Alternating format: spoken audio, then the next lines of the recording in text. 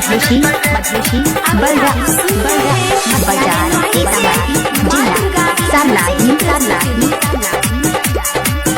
छौड़ी नाच लगल छै उमताई लागे छै चोली फाट जैते रे छौड़ी नाच लगल छै उमताई लागे छै चोली फाट जैते रे छौड़ा देला कोई बेस बढ़ाई लागे छै एके फाट जैते रे ले जरा लाइक एकरा चोली पबा दे छै उतना यार भइले एकरा नचाबे बिना हुआ चले न छोड़ पैया लागे छै चोली फाट जैते रे चोली फाट जैते रे फटिया जाएगा डीजे गणेश मधेशी बलरा बाजार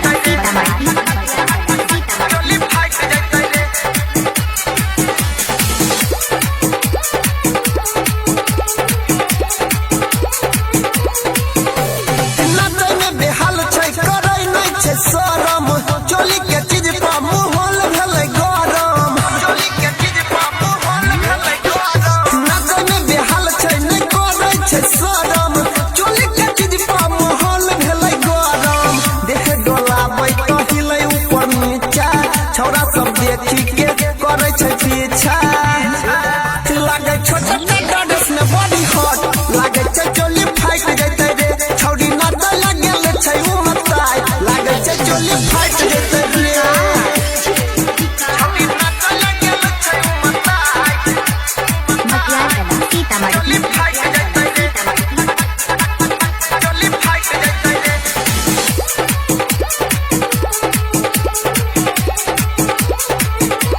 लागे छै डीजे पर माइर करैते चोली पर गोली आई फाइट करैते चोली पर गोली आई फाइट करैते लागे छै डीजे पर माइर करैते चोली पर गोली आई फाइट करैते छोड़ी मोगी के आई गेलै जमाना घूंघट में रहनै भेलै फैशन पुराना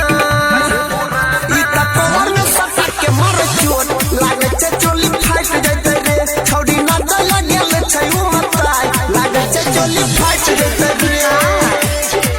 छौड़ी नाच लगल छै उमताई